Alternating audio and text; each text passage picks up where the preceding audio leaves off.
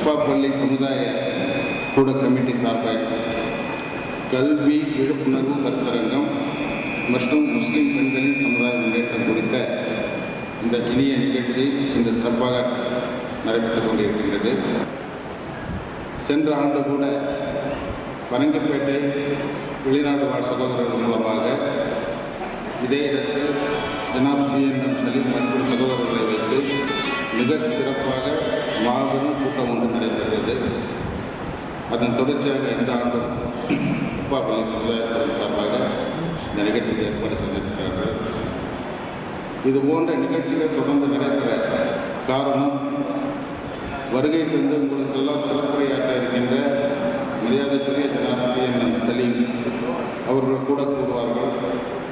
சமுதாயத்தினுடைய ஒற்றுமை, சமுதாயத்தில் கல்வி விழிப்புணர்வு, மற்ற சமுதாயத்தை காட்டிலும் நாம் ஏன் பின்தங்கியிருக்கின்றோம், அதற்கான காரணங்கள், கொள்கை ரீதியாக மாறுபட்ட கருத்துக்கள் நமக்குள் இருந்தாலும் அடிப்படை வசதி, அடிப்படை தேவைகளை நாம் உருவாக்கிக் கொள்ள வேண்டும் என்ற தலைப்பில் தான் நிச்சயமாக நம்முடைய சகோதரர் CNM சலீம் அவர்கள் பேசுவார்கள். அவர் சிறந்த ஒரு பேச்சாளர், நடுநிலையாளர் என்று பெயர் பெற்ற ஒரு சகோதரர். யாரையும் புண்படுத்தி பேச மாட்டார். சமுதாய விழிப்புணர்வு மட்டுமே கல்வியின் நோக்கம் என்ன என்பதை குறித்து மட்டுமே பேசக்கூடியவர். இது போன்ற சகோதரர்கள் பட்டி தொட்டி எல்லாம் தமிழகம் முழுக்க சமுதாயம் என்றால் நம்முடைய இஸ்லாமிய சமுதாயம், தமிழகம் எங்கும் உள்ள சமுதாய கிராம மக்கள், நகர மக்களுக்கு விழிப்புணர்வு ஏற்படுத்த வேண்டும் என்ற ஒரே நோக்கோடு செயல்படக்கூடிய பல தலைவர்கள் இருக்கிறார்கள். அதுபோல நம்முடைய ஜனாப் சலீம் அவர்கள் ஒருவர். அவருடைய பேச்சை கேட்டு எத்தனையோ ஊர்களில் மாற்றங்கள் நிகழ்கின்றது என்பது உங்களுக்கு தெரியும். கல்வி என்றால் அரசாங்கம் கல்விக்காக என்னென்ன உதவி செய்கிறது, குறிப்பாக சிறுபான்மை மக்கள் முஸ்லீம் சகோதரர்களுக்கு என்னென்ன உதவிகள் செய்கிறது, அதை பெற்றுத் தருவது எப்படி, நம்மை போன்ற ஜமாத் ஜனவந்தர்களிடமிருந்து உதவி பெற்று கல்விக்காக நாங்கள் என்னென்ன செய்து கொண்டிருக்கின்றோம், எங்களை போன்ற தொடர் முயற்சி மூலமாக சமுதாயத்தை முன்னுக்கு கொண்டு வருவதற்கு நிறைய திட்டங்கள் ஜமாத் மூலமாக வகுத்து செயல்படுத்தி கொண்டிருக்கின்றோம். இன்ஷா அல்லாஹ் அந்த திட்டங்கள் முழுக்க நிறைவேற நம்ம சமுதாய ஆண் பெண்களுடைய ஒற்றுமை முக்கியம். ஒற்றுமை இருந்தால் தான் நாம் எதையும் சாதிக்க முடியும். கருத்து வேறுபாடு காரணமாக தேவையற்ற பிரச்சாரங்கள் செய்வதை தவிர்க்க வேண்டும். இதை நானும் சொல்கிறேன், சமுதாய தலைவர்களும் சொல்கின்றார்கள். ஒற்றுமை என்று வரும்போது நமக்குள்ள கருத்து வேறுபாடுகளை நீக்கிவிட்டு நாம் போராடினால்தான் அரசாங்கத்திடமிருந்து நமக்கு நன்மைகள் கிடைக்கும். அந்த நன்மைகளை பெற்று நம் சமுதாயத்தை எப்படியெல்லாம் பெரிய அளவுக்கு உருவாக்க வேண்டும் என்ற கருத்துக்கள் பல தரப்பு சகோதரர்களாலும் பேசப்படுவது உங்கள் அனைவருக்கும் தெரியும். ஆகையால் நம் சமுதாய வளர்ச்சிக்கு கல்வி ஒன்றுதான் முக்கியம், ஒற்றுமை என்பதும் முக்கியம். அதை நாம் எப்படி கடைபிடிப்பது? பல கட்டங்களாக பல தலைவர்கள் மேடையில் ஒற்றுமை ஒற்றுமை என்று கூறிக்கொண்டிருந்தாலும் ஒற்றுமை என்பதை எதிர்காட்ட வேண்டும் என்பது நாங்கள் மறந்துவிடுகிறோம். அதுபோன்ற மறக்காமல் தொடர்ந்து ஒற்றுமையை பின்பற்றி நாம் நடந்தோமானால் கல்வியிலும் பொருளாதாரத்திலும் அடிப்படை வசதிகளிலும் நிச்சயமாக நாம் மேம்பாடு அடைந்து மற்ற சமுதாயத்தைப் போல அனைத்து அரசு துறைகளிலும் வேலைவாய்ப்புகள் பெற்று சிறந்த ஒரு சமுதாயமாக உருவாகணும் என்ற கருத்துக்களை உங்கள் மனதில் வைத்துக் கொண்டு நம்மளுடைய பெரிய சகோதரி சையதா பானு அவர்கள் முஸ்லீம் பெண்களின் சமுதாய முன்னேற்றம் குறித்து உங்களிடையே பேச இருக்கின்றார்கள்.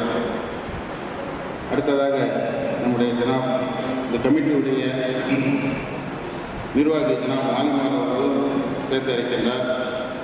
நீங்கள் அனைவரும் என்ன பேசுகிறார்கள் என்பதை கேட்டு அதன்படி நடக்க வேண்டும். அதுதான் முக்கியம். நம் சமுதாயம் முன்னேற்றம் என்றால் கூட்டத்திற்கு போகிறோம், பயான் கேட்கிறோம், பேருரை கேட்கிறோம், ஏதோ சொன்னார்கள் கேட்டோம் என்று போய்விடக்கூடாது. எங்களை பொறுத்தவரை, ஜமாத்தை பொறுத்தவரை பரங்கிப்பேட்டையில் முக்கியமாக கல்விக்கு வழிகாட்டியாக நிச்சயமாக இருக்கின்றோம். வெளிநாடுகள் வாழ் சகோதரர்களிடமிருந்து அடிப்படை வசதிகள் பெறுவதற்கான அனைத்து முயற்சிகளையும், அனைத்து பொருளாதார உதவிகளையும் பெற்று நம் சமுதாய முன்னேற்றத்திற்காக பாடுபட்டு கொண்டிருக்கின்றோம். இதை உரிமையோடு நீங்கள் ஜமாத்திற்கு வந்து கல்விக்காக இதை செய்யுங்கள் என்று எங்களிடம் கூறினால் நாங்கள் செய்வதற்கு தயாராக இருக்கின்றோம். அதோடு பொருளாதார வசதிகளை பெற்று இருக்கக்கூடிய குடிசை வாழ் மக்கள் உங்களுக்கு தொழில் செய்வதற்கு என்னென்ன உதவிகள் தேவையோ அனைத்தும் ஜமாத் செய்ய காத்திருக்கிறது என்பதை கூறிக்கொண்டு இந்த நல்ல நிகழ்ச்சிக்கு தலைமையேற்று நடத்துவதற்காக இந்த அப்பாப்பள்ளி சமுதாய கூட நிர்வாகிகள் என்னை அழைத்ததற்கு நன்றி கூறி விடைபெறுகிறேன். காலகட்டத்தில் ஒரு சிலர் தவிர மீது எல்லாரும் உங்களை சார்ந்து இருக்கிறாங்க. உங்க தங்கச்சியா இருக்கலாம், உங்க தாயா இருக்கலாம், உங்களோட மனைவியா இருக்கலாம், உங்க பிள்ளையா இருக்கலாம். நாங்க எல்லாருமே உங்களை சார்ந்துதான் இருக்கிறோம்.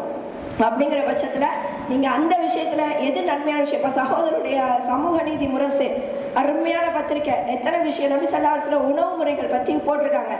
அவங்களோட விருப்பமான உணவு முறைகள், விழிப்புணர்வு வேணும்னு நம்ம சொல்லியாச்சு, படிக்கணும்னு சொல்லியாச்சு. அதுக்கு வாய்ப்புகள் ஏற்படுத்தி தரக்கூடிய கடமை நம்ம சகோதரர்கள் எல்லாருக்கும் இருக்கு. தயவு செஞ்சு அவங்களை நீங்க விழிப்புணர்வோடு இருக்கிறதுக்கு உதவி செய்யுங்க. புக்ஸ் வாங்கி கொடுங்க. அவங்க பேசக்கூடிய விஷயங்களை காது கொடுத்து கேளுங்க. நன்மை தீமை என்னன்னு உங்களுக்கு மட்டும் தெரியும் நினைக்காதீங்க. கண்டிப்பா பெண்களுக்கும் தெரியும். அவங்க சொல்லக்கூடிய விஷயத்துல உள்ள நன்மைகளையும் தீமைகளையும் நீங்களும் பிரித்து அறிவிச்சு எல்லாருமா சேர்ந்து சொல்லக்கூடிய நன்மைகள் அல்லாஹ் தெரியும். அஸ்ஸலாமு அலைக்கும் வரஹ்மத்துல்லாஹி வபரகாத்துஹு. இன்னல் ஹம்துலில்லாஹ். பிரபஞ்சங்களை படைத்து பரிபாலனம் செய்யும் அல்லாஹ்வுக்கே எல்லா புகழும். வார்த்தைகளிலே சிறந்தது இறைவனுடைய வார்த்தை. வழிமுறைகளிலே சிறந்தது நபி ஸல்லல்லாஹு அலைஹி வஸல்லம் அவர்களுடைய வழிமுறை. மார்க்கத்தில் புதிதாக இணைப்பது பிதஅத்துக்கள். பிதஅத்துக்கள் எல்லாம் வழிகேடுகள் எல்லாம் நம் அனைவரையும் நரகத்திற்கு இட்டு சென்றுவிடும். அல்லாஹ் தஆலா நம் அனைவரையும் காப்பாற்றுவனாக என்று பிரார்த்தனை சூரியவனாக ஒரு சில கருத்துக்களை உங்களிடம் முன்வைத்து என்னுடைய சுற்றுரையை முடிக்க ஆசை கொண்டவனாக உங்கள் முன் நின்று கொண்டிருக்கின்றேன். இறைவன் மனிதனை படைப்பதற்கு முன்பாக மலக்குகளிடம் சொல்லும் போது, நான் மனிதனை உலகத்தில் படைக்க இருக்கின்றேன். அப்பொழுது மலக்குகள் சொல்கின்றார்கள் இறைவனிடம், இறைவா, ரத்தம் சிந்தக்கூடிய ஒரு கூட்டத்தை படைக்கப் போகின்றாய்? அல்ல, எனது கலீஃபாவாக அவனை இந்த பூமியில் படைக்க இருக்கின்றேன் அப்படி என்பதாக இறைவன் மலக்குகளுக்கு பதிலளிக்கின்றார். அப்படிப்பட்ட கலீஃபாவாக நீங்களும் நாமும் இருந்து கொண்டிருக்கின்றோம். உங்கள் கவனத்தில் வைத்துக் கொள்ள வேண்டும். அப்படிப்பட்ட கலீஃபாக்கள் எப்படி வாழ வேண்டும், எந்த வழிமுறையின் அடிப்படையிலே அவர் வாழ வேண்டும் என்பதற்காக இறைவன் அழகான ஒரு பல அத்தியாயங்களை கொண்ட இந்த குர்ஆன் ஷரீஃபை நமக்கு தந்திருக்கின்றார். அனைவரும் அணைந்தவர்கள் தான். ஆனால் எத்தனை நபர்கள் உங்களில் என்றாலும் தொட்டுக் கொண்டிருக்கின்றீர்கள்? யார் யார்கள் புரட்டிக் கொண்டிருக்கின்றீர்கள்?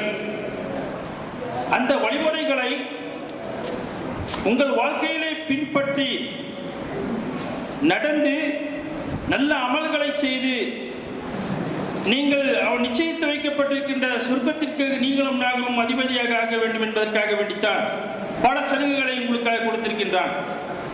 மனிதன்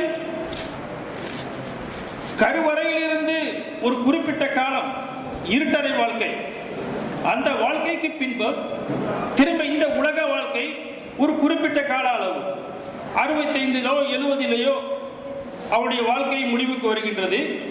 அடுத்ததாக திரும்பவும் அவன் மன்னருக்கு செல்லக்கூடியவனாக இருக்கின்றான். இந்த இடைப்பட்ட காலத்திலே ஒரு மனிதனுடைய வாழ்க்கையில் அவன் செய்த 3 விஷயங்கள் தான் உங்கள் பின் வந்து வரும். ஒன்று, அவன் செய்த அமல்கள். இரண்டாவது, அவன் செய்த ஜகாத்து அல்லது சதகா. மூன்றாவது